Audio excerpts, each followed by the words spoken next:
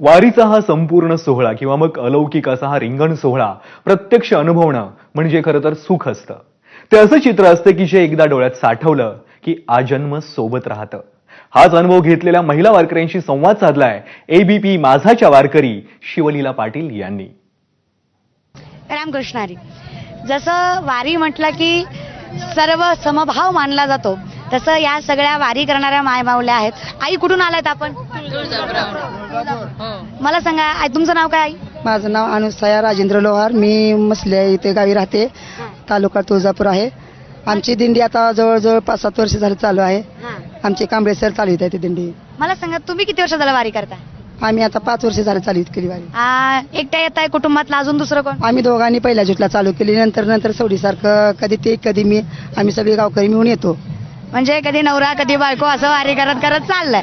आता अखंडितपणे वारी करताय, तुळस आहे डोक्यावर, या तुळशीची सेवा करताना हे सगळं मला तुम्ही सांगा, भारी वाटतंय?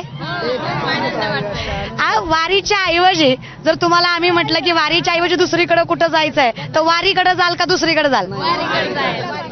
सगळ्यात जास्त आनंद वारीतच आहे. मला सांगा आई, तुम्ही सगळे इथं उभा आहेत, तुम्ही वारी कर, तुमचं वय काय किती असेल? जाऊ द्या, अंदाजपैकी 60 असेल. मला सांगा, 60 वर्षामध्ये चालायला काही त्रास होत नाही? काय त्रास होत नाही. आता मला सांगा, एवढे 60 वर्षाच्या वयामध्ये चालायचं, पुन्हा रिंगण बघायला यायचं, पुन्हा खेळायचं, पुन्हा फुगड्या करायला, घरी स्वयंपाक करायचं म्हणलं तर जीवावर येतंय. तिथं नको वाटतंय. रानात जायचं म्हणलं की नग, खुरपायचं म्हणलं की नग. वारीत भारी वाटतंय? भारी वाटतं. दुखत नाही का? काय दुखत आहे? तुमचं नाव काय? गजराबाई देदा शिंदे. मला सांगा आई, तुम्ही एवढं सगळं मायमाऊल्या वारी करताय, दमल्यासारखं होत असेल, थकल्यासारखं होत असेल. आता पाऊस चालू आहे, एवढे पावसाची धावपळ चालू असते, झोपायला कधी अडचण, घरी चांगलं असतंय की मस्त गादीवर झोपाय भेटतंय, ते सोडून इकडं कशाला?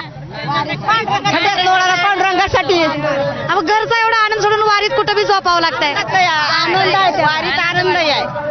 बरं, या तुम्हाला बी बोलते, या पुढे या. तुम्ही कुठून आलायत? आम्ही तुळजापूरून आला. तुमचं नाव काय? आमचं नाव सविता शिंदे. तुम्ही किती वर्ष झालं वारी करताय?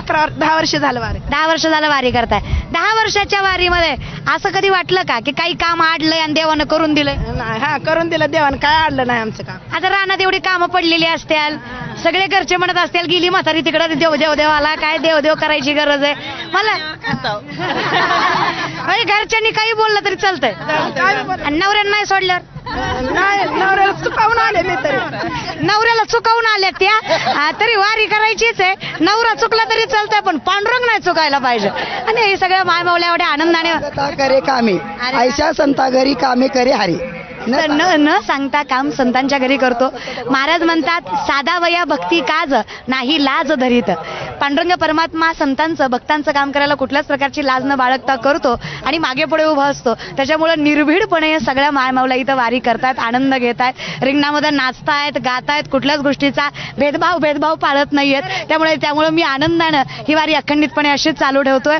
आणि या वारीचा आनंद वेगळ्या पद्धतीनं प्रत्येक वेळेस आनंद व्यक्तच केला जातो. त्यामुळे तुम्ही बघताय, अगदी सामर्थ्याने ही वारी पूर्ण केली जाते. रामकृष्ण हरी.